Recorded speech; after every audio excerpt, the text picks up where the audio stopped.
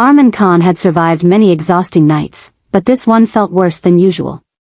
The December wind outside rattled the window of his tiny apartment as he sat hunched over the table, sorting delivery forms while Zoya slept curled up beside him like a small cat. The overhead bulb flickered, threatening to give up, just like he felt he might. His phone buzzed with a reminder, shift starts 8 a.m. sharp. He rubbed his forehead. Tomorrow was supposed to be important. The new CEO, Ayla Rahim, had taken over the company a week earlier. Rumor said she was brilliant, ruthless, and allergic to excuses. She was known for firing whole teams if performance dropped. And Arman, well, he was barely holding things together. The babysitter had already cancelled twice that month. His supervisor had warned him, one more late arrival and HR will call you in. But what could he do? Zoya had only him. He couldn't leave her alone. He couldn't lose his job either. The pressure sat on his chest like a brick. He picked up his phone, meaning to message his friend Samir, the only person he could complain to without feeling judged. His thumbs typed faster than his tired brain could think. I can't miss another day of work. Babysitter bailed again. Zoya's coughing. I'm failing at everything, man. I don't know what to do anymore. His eyelids drooped. He hit send. And then he blinked. Wait. Had he sent it to Samir? He checked the screen. His blood ran cold. The contact name glowed at the top of the message thread, CEO Ayla Rahim. He sat up so fast the chair screeched across the floor. No, no, no, oh my God. Zoya stirred in her sleep. Arman froze, afraid to wake her. His fingers shook as he typed, I'm so sorry, ma'am. That wasn't for you. Please ignore it. He hit send. Then stared. The tiny gray, delivered mark appeared, mocking him. He waited. No reply. His stomach twisted so tightly it hurt. For an hour he sat still, wide awake, heart thudding, waiting for a message that didn't come. Eventually, exhaustion won. He rested his head on the table and drifted into light, uneasy sleep.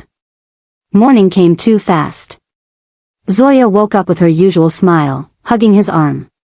Daddy, pancakes? He forced a smile.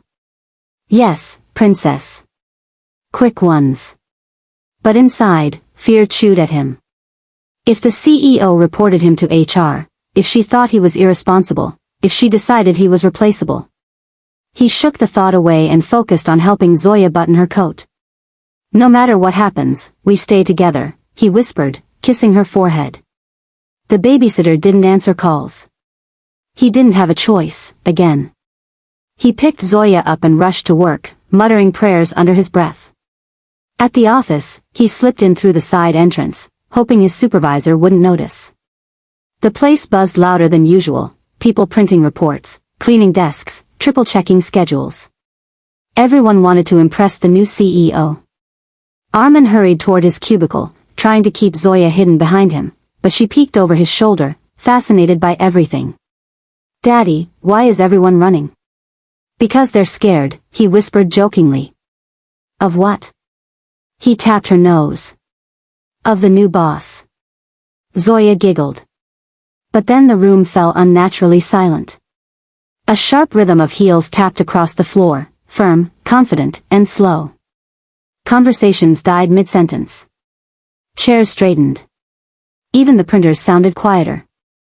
A woman stepped into the room. Tall, poised, in a charcoal gray suit that looked like it cost a month of Arman's salary. Her hair was pulled back neatly, and her gaze swept across the room with the calm precision of someone used to being in control. Ayla Rahim. Arman felt his breath get stuck in his throat. He tried to make himself invisible, but people's eyes were already drifting toward him, or rather, to the small child clinging to his neck. Ayla scanned the employees, her expression unreadable, until her eyes paused. Right. On. Him. Arman felt the floor tilt. She walked toward him with steady steps. People parted like water, whispering behind their hands. She stopped in front of him. Mr. Arman Khan, she asked. He almost dropped Zoya. Why yes, ma'am. Good morning. Good morning. Her gaze flicked to the little girl. I'd like to speak with you privately. The room watched like it was a live television drama. Armin swallowed. I understand, ma'am. I'm sorry about the message, Isla held up her hand gently. Not here. Zoya's grip on his shirt tightened. Armin whispered, it's okay, baby.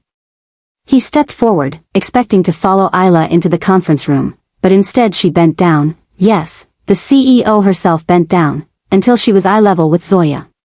Hi, she said softly. I like your braids. Did your dad do them?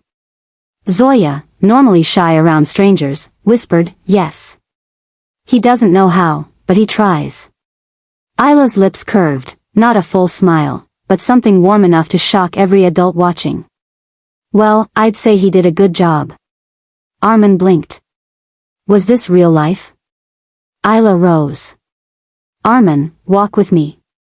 He followed, heart pounding, expecting a scolding. Or termination. Or a lecture about professionalism. Anything but this quiet tone. As they passed through the office, people stared openly. Some elbowed each other. Someone mouthed, you're done. Another mouthed, what did you do? Zoya waved at them cheerfully from Armin's shoulder. They reached a small meeting room. But Isla didn't walk in. She looked at Zoya instead. Would you like a tour? She asked gently. I can show you where your dad works. And where we keep the best hot chocolate. Zoya's eyes widened. You have hot chocolate? Isla nodded. The good kind. Armin cleared his throat. Ma'am, I don't want to trouble you. It's no trouble, Isla said. Then she softened her voice. She'll be safe with me. You have tasks waiting. Zoya looked at her father. Can I go? Armin hesitated. He didn't know this woman. He didn't understand her sudden kindness. But something in her expression wasn't fake. It wasn't for show. It was human. He nodded slowly. Be polite. Stay close to her. Zoya slipped her small hand into Isla's without fear. Isla looked at him once more. I'll bring her back soon. As they walked away, the powerful CEO holding a child's hand like a natural protector, the entire office seemed frozen in disbelief. Armin stood rooted, breath uneven. He had sent one accidental message. And somehow, it had brought the CEO into his life, not with anger or consequences, but with something he never expected. Understanding. Compassion. A strange, quiet shift had begun, one he didn't yet recognize, but would soon change everything.